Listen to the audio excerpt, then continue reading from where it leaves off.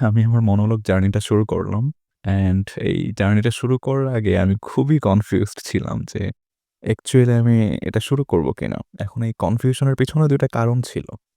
প্রথমত হচ্ছে আমি একদমই কোনো ফেমাস মানুষ না। আর ফেমাস মানুষ হলে মনোলগের একটা সুবিধা আছে। সেটা হচ্ছে যে আপনার কিছু ফিক্সড অডিয়েন্স থাকবে, যারা আপনার কথাগুলো শুনবে। তারা আপনার কথাগুলো শোনার জন্য অপেক্ষায় থাকবে।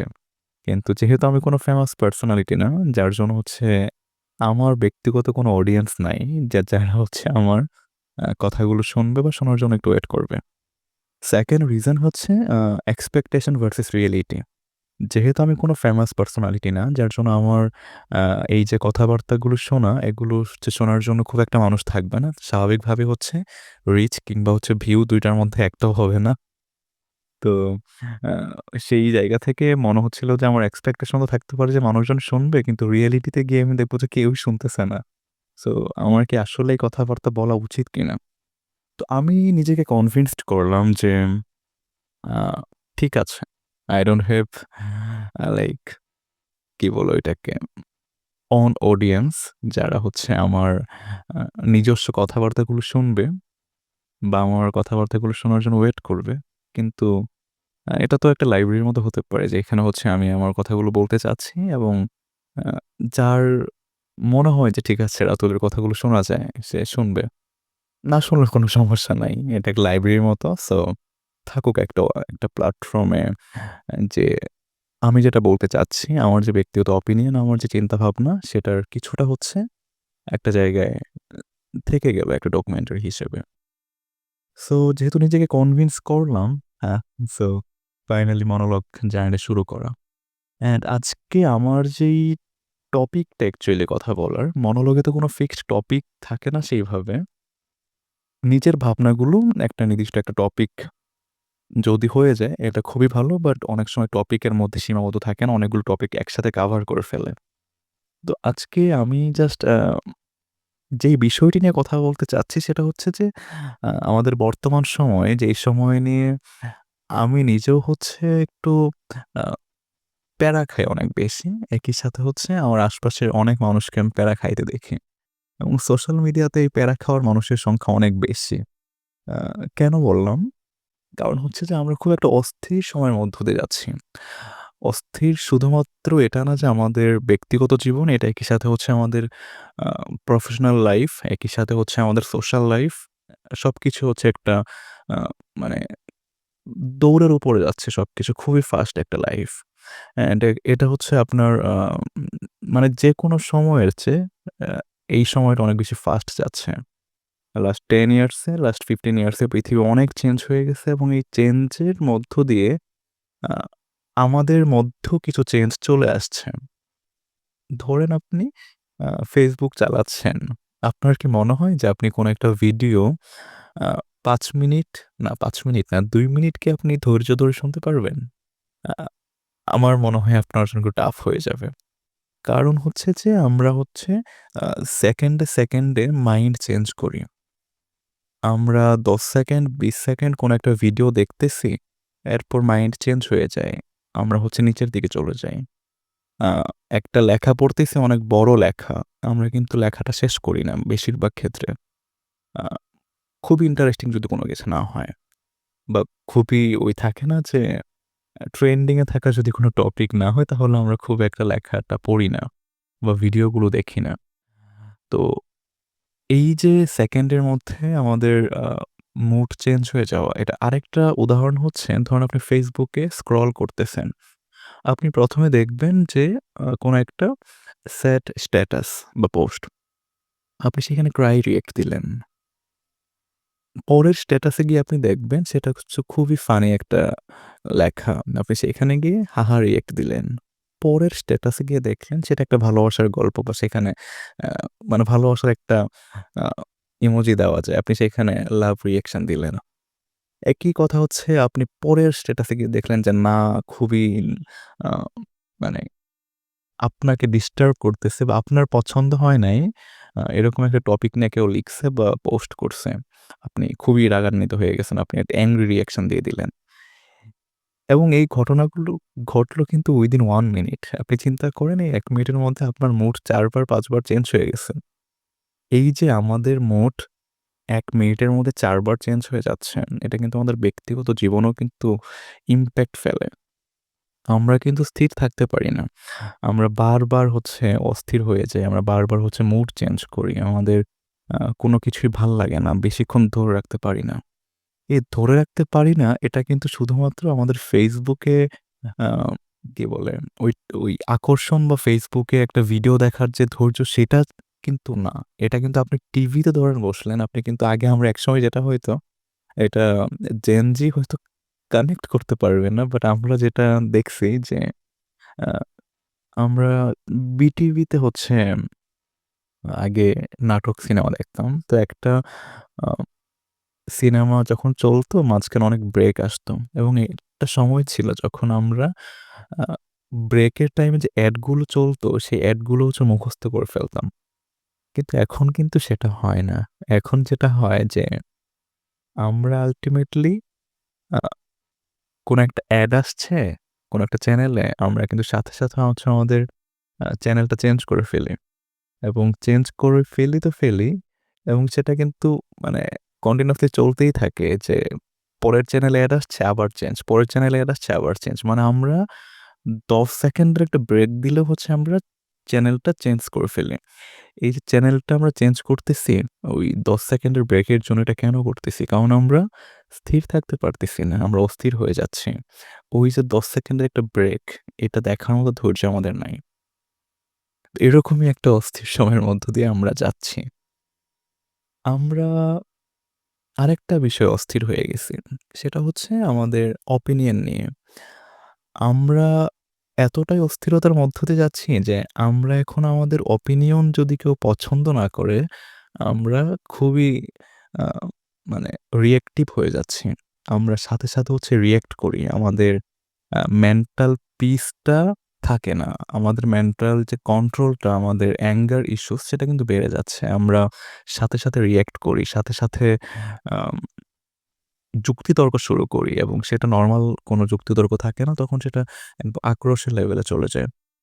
দেখা যায় যে আপনি কোনো একটা ধরেন কোনো একটা টপিক নিয়ে আপনি কথা বলতেছেন কারো সাথে। হয়তো আপনার দ্বিমত থাকতেই পারে। একেকটা মানুষের দেখার দৃষ্টিভঙ্গি একেক রকম। আপনি যেভাবে একটা পৃথিবী দেখেন, সেইভাবে আরেকটা মানুষ কিন্তু দেখে না। আপনার মনে হতেই পারে এই জিনিসটা রাইট। কিন্তু আপনার রাইট চিন্তাভাবনাটা আরেকজনের রাইট মনে নাই হইতে পারে। আগে এই ব্যাপারটা খুব নরমাল ছিল। আগে সেই ডিসকাশনটা ছিল যে, ঠিক আছে তোমার মতামতটা আমার পছন্দ হয় নাই, এই কারণে পছন্দ হয় নাই। এখন কিন্তু সেটা হয় না। এখন ব্যাপারটা এরকম হয়ে গেছে যে, তোমার মতামত আমার পছন্দ হয় নাই। একই সাথে আমার যে মতামত সেটা তুমি মানতে বাধ্য থাকবা। এবং এটা চাপাই দেওয়া হয়। আমরা এখন আর কখনো আ আমাদের নিজের অপিনিয়নটা নিজের কাছে রাখি না। আমরা এখন সেটা হচ্ছে ফোর্সফুলি চাপাই দেওয়ার চেষ্টা করি। আমরা বিশ্বাস করি যে তোমার নিজস্ব কোনো মতামত থাকতে পারে না।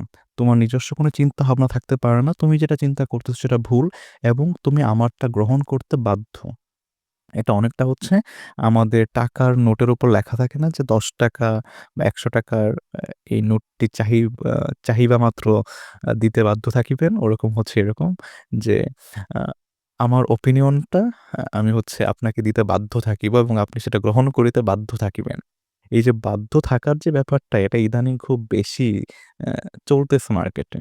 আ আমরা অনেকে মনে হয় আ ওই কি বলে বইটার নাম? সেটা হচ্ছে যে আ 'অ্যানিমেল ফার্ম' বইটা। আমরা 'অ্যানিমেল ফার্ম' বইটা হয়তো অনেকে পড়ছি। সেখানে কিন্তু এই ব্যাপারটাই বলা আছে যে স্বৈরাচার ব্যাপারটা। আমরা এখন সবাই স্বৈরাচার। আমরা এখন নিজের ওপিনিয়ন সবসময় চাপায় দেওয়ার চেষ্টা করি।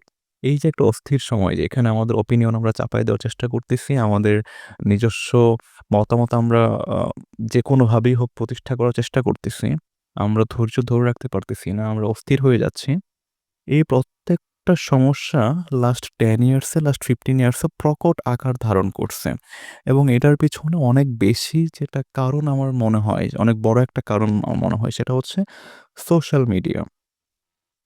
সোশ্যাল মিডিয়ার কমেন্ট সেকশন গুলো আপনি দেখবেন ভয়ংকর একটা জায়গা। আমি খুব রেয়ারলি কমেন্ট করি মানে সোশ্যাল মিডিয়াতে এবং আমি বিতর্ক একটু এড়ায় যাওয়ার ট্রাই করি। আমি যদি বুঝতে পারি যে এটা আমার মতের সাথে যাচ্ছে না, চেষ্টা করি সেখানে কোনো কমেন্ট না করতে। কারণ আমি জানি যে আমি যাকে কথাগুলো বলতেছি আ সে এটা কোনোভাবে নিবে না। এখন এই যে আমার মতামতটা সে নিবে না, এটার পেছনে কারণটা হচ্ছে যে সে বিশ্বাস করে যে আমি যদি ওর মতামতটা গ্রহণ করি তাহলে আমি হয়তো ছোট হয়ে যাবো। কিন্তু আ মতামত গ্রহণ করা কখনো ছোট হওয়া, বড় হওয়ার কোনো ফ্যাক্ট না। আপনি একটা কিছু ভুল জানতেই পারেন। সেটা আপনি যদি চান কারেকশন করতে, আপনি চাইলে কারেকশন করতে পারেন। কিন্তু এখন ব্যাপারটা হচ্ছে যে, ব্যাপারটা ডিবেটের লেভেলে চলে যায় এবং ব্যাপারটা ব্যক্তিগত ইগোর পর্যায়ে চলে যায়। তখন আপনি হচ্ছে মানুষজনের ওপিনিয়নটা নিতে পারেন না যে, আরেকজনের একটা ওপিনিয়ন সেটা হ্যাঁ, লজিক্যালি কারেক্ট। কিন্তু আপনার তখন মনে হবে যে, না আমি যদি এটা লজিক্যালি কারেক্ট মেনে নেই, তাহলে হচ্ছে সেই লোকটা আমাকে ছোট ভাববে। তখন হচ্ছে আপনি পাল্টাপাল্টি করবেন। এবং এই পাল্টাপাল্টি ব্যাপারটা কমেন্ট সেকশনে অনেক বেশি দেখা যায়। হয়তো মানুষটা রিয়াল লাইফে সেরকম না। কিন্তু সে Facebook এর মাধ্যমে এতটাই ইনফ্লুয়েন্সড হয়ে গেছে যে তার ব্যক্তিগত জীবনেও সেটা হচ্ছে সে ফলানোর ট্রাই করে। এবং আমার কাছে আ মানে ফেসবুকটা হচ্ছে খুবই ডিস্টার্বিং একটা জায়গা মনে হয়। এই কারণে যে আপনি ফেসবুকের কিছু কমেন্ট দেখবেন এবং ইউটিউবের কিছু কমেন্ট দেখবেন এবং ২ টার মধ্যে আপনি একটা পার্থক্য করতে পারবেন। যে ইউটিউবের কমেন্টগুলো একরকম এবং ফেসবুকের কমেন্টগুলো হয় আরেক রকম। এখানে ২ রকম অডিয়েন্স থাকে। ফেসবুকের অডিয়েন্সটা অনেকটা আমার কাছে যেটা মনে হয় যে খুবই অ্যাগ্রেসিভ ব্যাপারটা এবং সেখানে যেহেতু মাস পিপল আছেন যার জন্য তারা এখানে নিজের অ্যাগ্রেসিভ ভাইবটা প্রকাশ করে। ইউটিউবটা কেন বললাম না? এখন ইউটিউবে এখনো আ মানে YouTube সবাই দেখি আমরা। কিন্তু এটা এখনো কমেন্ট সেকশনের ক্ষেত্রে এখন সেটা মাস কমিউনিটির জন্য এভেইলেবল হয় নাই। এটা এখনো সিলেক্টিভ কমিউনিটির জন্য আছেন যে যারা YouTube এ হচ্ছে নিজের অপিনিয়ন শেয়ার করে। এখন আপনি বলতে পারেন যে এই পার্থক্যটা কিভাবে? ধরেন আপনি কোনো একটা ভিডিও আপনি Facebook এ দেখতেছেন। আপনি কখনোই কোনোভাবে আপনি Facebook এ ১০ মিনিটের কোনো ভিডিও দেখতে পারবেন না। আপনার সেই ধৈর্যই থাকবে না। কিন্তু আপনি একই একটা মানুষ, আপনি যখন YouTube এ যাচ্ছেন, আপনি আপনার সেটা ১০ মিনিট না, আপনি ১ ঘন্টার কোনো একটা পডকাস্ট বসে আপনি শুনতেছেন। এই যে একটা মাধ্যম চেঞ্জ হওয়ার সাথে আমাদের সাইকোলজি চেঞ্জ হয়ে যাচ্ছে, সেটা আপনি আপনার রিয়াল লাইফে আপনি ফেস করবেন এবং একই সাথে মাধ্যম হওয়ার সাথে আপনার আ এক্সপ্রেস করার ভঙ্গিটাও চেঞ্জ হয়ে যাচ্ছে। আপনি Facebook এ যেইভাবে এক্সপ্রেস করতেন, আপনি YouTube এ আপনি সেইভাবে এক্সপ্রেস করবেন না।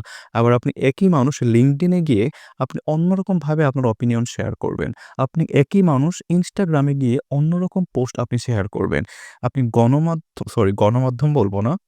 সামাজিক মাধ্যম যেইগুলো আছে, এগুলোর প্রত্যেকটা হচ্ছে একেকটা অ্যালগরিদমে চলে, একেকটা প্যাটার্নে চলে। ফেসবুকটা আমাদের লাইফে কেন এত বেশি ইমপ্যাক্টফুল? কারণ আমাদের বাংলাদেশের মাস কমিউনিটি এটার সাথে কানেক্টেড। এটা কিন্তু আপনি অন্যান্য দেশে এত বেশি দেখবেন না। আমি যেহেতু ইন্ডিয়াতে ছিলাম অনেক বছর, আমি যেটা দেখছি যে ওয়েস্ট বেঙ্গলের মানুষজন হ্যাঁ, ফেসবুকে থাকে। আ সেটা মানে মোটামুটি থাকে আমাদের মতোই। কিন্তু ওয়েস্ট বেঙ্গলের বাইরে যে মানুষগুলো আছে, তারা কোনোভাবেই ফেসবুকের সাথে অতটা কানেক্টেড না।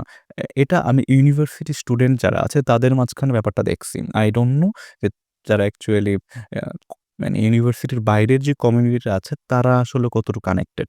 বাট ইউনিভার্সিটি স্টুডেন্টদের মাঝখানে যেটা দেখছি আমি, তারা Instagram এ কানেক্টেড, তারা হচ্ছে Twitter এ কানেক্টেড, তারা হচ্ছে LinkedIn এ মোটামুটি অ্যাক্টিভ।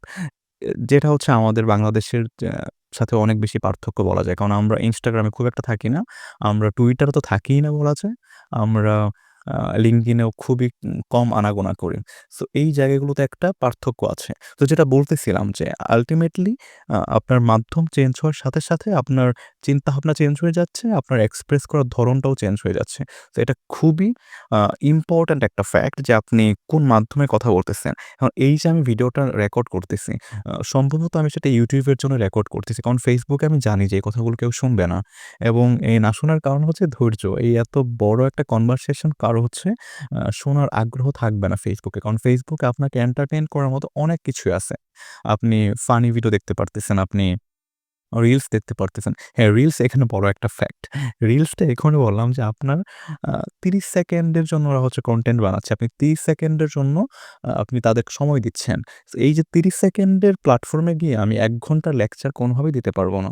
সো এই যে মাধ্যম আমরা মানে সামাজিক মাধ্যম যেটা দ্বারা আমরা অনেক বেশি ইনফ্লুয়েন্সড, সেখানে আমরা কিন্তু চুজ করলাম এমন একটা প্ল্যাটফর্ম যেটা হচ্ছে আ আমাদের উপর ইমপ্যাক্ট ফেলতেছে Facebook। সো মানে এক কথায় যদি বলি যে আমরা যে এতটা অস্থির, আমরা যে এতটা হচ্ছে দৌড়ের উপর আছি, এটার পিছনে আমি যদি বলি আ মানে অনেক কিছুরই তো ইনফ্লুয়েন্স আছে আমাদের ব্যক্তিগত জীবন, আমাদের পারিবারিক জীবন, আমাদের সামাজিক মানে কিছু আ সিস্টেম, তারপর হচ্ছে যে আমাদের এডুকেশন অনেক কিছুই আছে। তার মধ্যে আমার যেটা মানে অনেক বেশি গুরুত্বপূর্ণ মনে হয় এই সময়ের প্রেক্ষাপটে সেটা হচ্ছে সোশ্যাল মিডিয়া, Facebook। সো আমরা ট্রাই করব কোনোভাবে যদি হচ্ছে এটা কন্ট্রোল নেওয়া যায় অ্যান্ড নেক্সট মনোলগে হয়তো আমি নতুন কোনো টপিকে কথা বলব। আজকেরটা জাস্ট ১৫ মিনিট। যদি কেউ শোনে ফাইন, না শুনলেও সমস্যা নাই। যদি ভাল লাগে আপনার আপনি কন্টিনিউ শুনতে পারেন। সরি কি জানি? রাতুল স্টকে। হ্যাঁ, রাতুল স্টকে হচ্ছে আপনি শুনতে পারেন অ্যান্ড ডেফিনিটলি নেক্সট ভিডিও বা সরি নেক্সট ভিডিও না, নেক্সট এটা হচ্ছে নেক্সট মনোলগে আপনাদের সাথে আবার কথা হবে। Take care.